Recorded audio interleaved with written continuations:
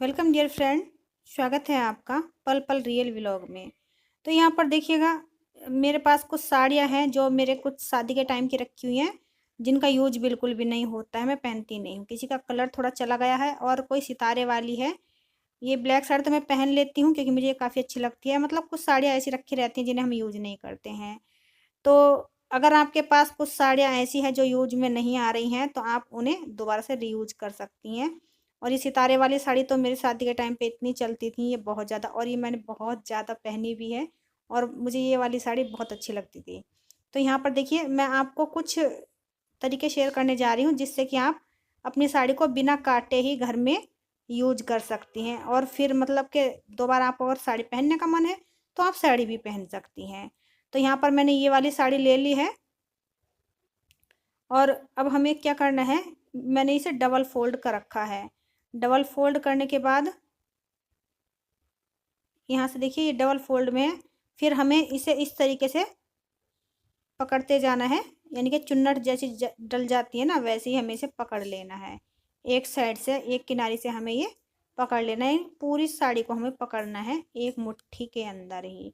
आप सभी से रिक्वेस्ट है फ्रेंड, आज की वीडियो थोड़ी सी भी हेल्पफुल लगी तो लाइक कर दीजिएगा, शेयर कीजिएगा। पहली बार चैनल पर आए तो सब्सक्राइब जरूर कीजिएगा। बेल आइकन को दबाकर ऑल पर सेट कीजिएगा ताकि जब भी कोई नई वीडियो अपलोड करूं उसकी नोटिफिकेशन आपको तुरंत मिल जाए। तो यहाँ पर मैंने रबड़ ली है और इस रबड़ को मैं, हाँ, मुझे इस पे ऊपर सेट करना है। तो यहाँ पर देखिए, ऊपर वाले हिस्से में साड़ी के इसके मुझे ये रबड़ लगा देनी है और टाइटली हमें ये रबड़ लगानी है, ध्यान रखिएगा। तो बस इस तरीके से बन गया है। और इसका जो खुला हुआ साइड होता है, चाहे तो आप उसे सिल सकते हैं। ये वाला साइड जो खुला हुआ है चाहे सिल सकते हैं, लेकिन मैं सिलने वाली नहीं हूँ। ये बिना सिले भी वैसे ही काम करेगा जैसे सिला हुआ काम करेगा। तो यहाँ पर देखिए, ये हमारा एक बहुत ही प्यारा सा ऑर्गेनाइजर बन के तैयार हो गया है। और इसे कैसे यूज करना है वो भी हम देख लेते हैं। तो यहाँ पर देखिए, जब भी हम कपड़े धो के लेके आते हैं तो हम कुछ इस तरीके से बास्केट में रख देते हैं, और फुर्सत के टाइम में हम उनकी तह वगैरह बनाते हैं कपड़ों की। तो अगर आपके पास भी इस तरीके की बास्केट रखी हुई रहती है या ढोलक वगैरह कुछ भी है, तो मैंने ऐसी रख दी है ये बास्केट इस पे। तो आप इसके ऊपर इसे रख दीजिए, कवर कर दीजिएगा। उससे ये फ़ायदा होगा, एक तो धूल मिट्टी इन कपड़ों के अंदर नहीं जाएगी, मक्खी मच्छर इनके अंदर नहीं जाएंगे, धुले हुए कपड़े आपके साफ सुथरे रहेंगे। तो आप इस तरीके से इन्हें कवर करके रख सकते हैं। दूसरा आइडिया है, हमारे घर में इस तरीके की चेयर बहुत सारी होती हैं। कुछ चेयर हम यूज करते हैं और कुछ हमारी मेहमान वगैरह जैसे आते हैं उन सब के लिए हम स्टोर करके रखते हैं।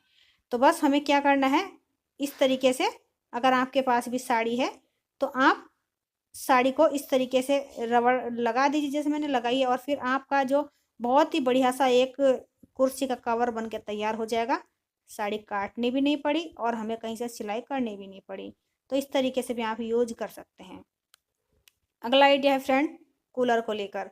यहाँ पर देखिए, इस कूलर की कंडीशन थोड़ी सी ऐसी हो रही है क्योंकि इसकी जो अगले वाले पार्ट्स हैं, ये प्लास्टिक वाले जहाँ पर ये जाली लगी हुई रहती है, ये हमें बदलनी है। अभी कूलर का टाइम नहीं है चलाने का, ओपन करने का, तो अभी ये रखा हुआ है। बस इसकी रिपेयरिंग कराएंगे फिर हम इसे ओपन कर देंगे गर्मियों में। तो देखिए, इस तरीके से रखा रहता है तो अच्छा नहीं लगता है।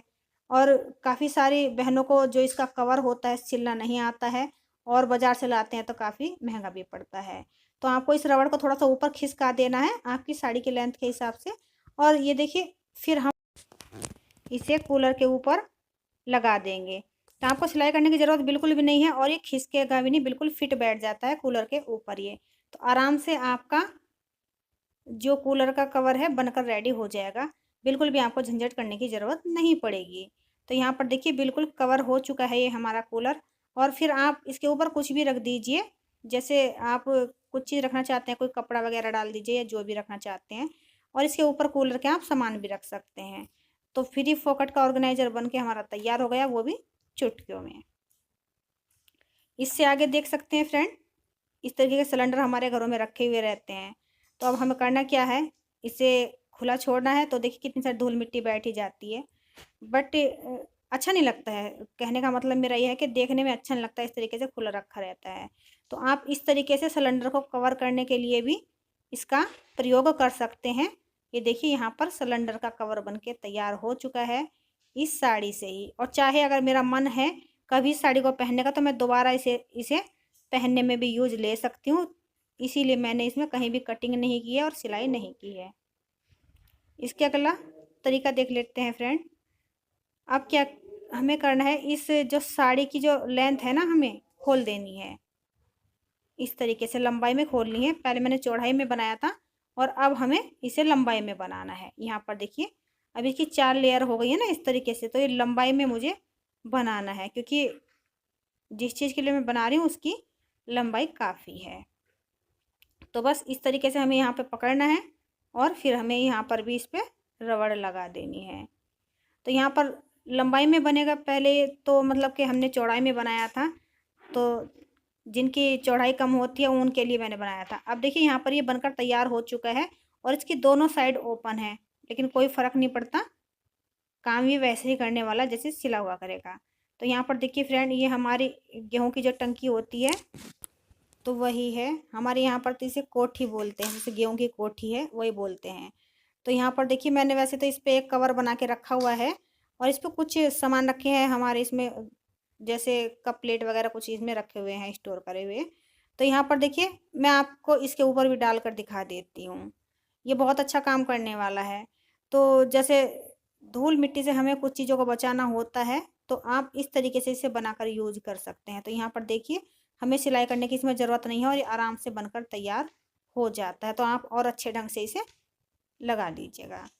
अब एक और टिप्स शेयर करने जा रही हूँ फ्रेंड, ये भी बहुत ज़्यादा ज़रूरी है। देखिए इस तरीके के जो प्लेजो होते हैं हमारे, या पैंट होती हैं या लोवर होते हैं, तो जब हम मार्केट से ख़रीद के लेके आते हैं तो उनकी रबड़ ना बहुत ज़्यादा टाइट होती है। तो आपको क्या करना है, जब आप नया प्लेजो वगैरह ख़रीद के लेके आएँ तो अगर आपको पहनना है तो आप इसकी रबड़ ना इस तरीके से पलट दीजिए पहले। यहाँ पर देखिए इस तरीके से रबड़ पलटनी है आपने, फिर इसे पहन के देखना है। अगर आपको फिर भी इसमें ईचिंग हो रही है, पहनने के बाद खुजली हो रही है और आपको मतलब कि बहुत ज़्यादा परेशानी हो रही है, तो फिर आपने क्या करना है वो मैं आपको बताती हूँ। तो यहाँ पर आपको कोई भी बाल्टी ले लेनी है, अपने घर में जो भी बाल्टी, और उसके ऊपर से इसे अच्छे से चढ़ा देना है। प्लेजो हो या पैंट वगैरह जो भी हो, जिसमें लास्टिक वगैरह होती है वो हो, तो आप इस तरीके से बाल्टी पे चढ़ा दीजिए। और आपके पास अगर जो हेयर ड्रायर होता है तो उससे थोड़ा सा इसे हीट कर दीजिए, तो इसकी लास्टिक तुरंत थोड़ी सी चौड़ी हो जाएगी। तो मेरे पास ड्रायर नहीं है फ्रेंड, इसलिए मैंने यहाँ पर आपको दिखाया भी नहीं है। या फिर आपके पास ड्रायर नहीं है तो यहाँ पर आपको क्या करना है, आपको बच्चों वाली जो कुर्सी होती है वो लेनी है और उसके चारों पैर में इसे इस तरीके से इसकी इलास्टिक को फंसा देना है। तो आपको जौन सा भी तरीका अच्छा लगे वो आप कर सकते हो। इस तरीके से फंसा देना है और आप इसे एक दिन के लिए पूरा ऐसे ही छोड़ दीजिए इस तरीके से। तो ये आप देखेंगे कि इसकी जो रबड़ होगी ना बहुत ज़्यादा मतलब कि आपको सही हो जाएगी, बाद में थोड़ी सी ढीली हो जाएगी। तो आप दोनों तरीकों में से कोई सा भी तरीका यूज कर सकते हैं। फिर मिलती हूँ आपसे एक और नई वीडियो के साथ, तब तक के लिए बाय बाय।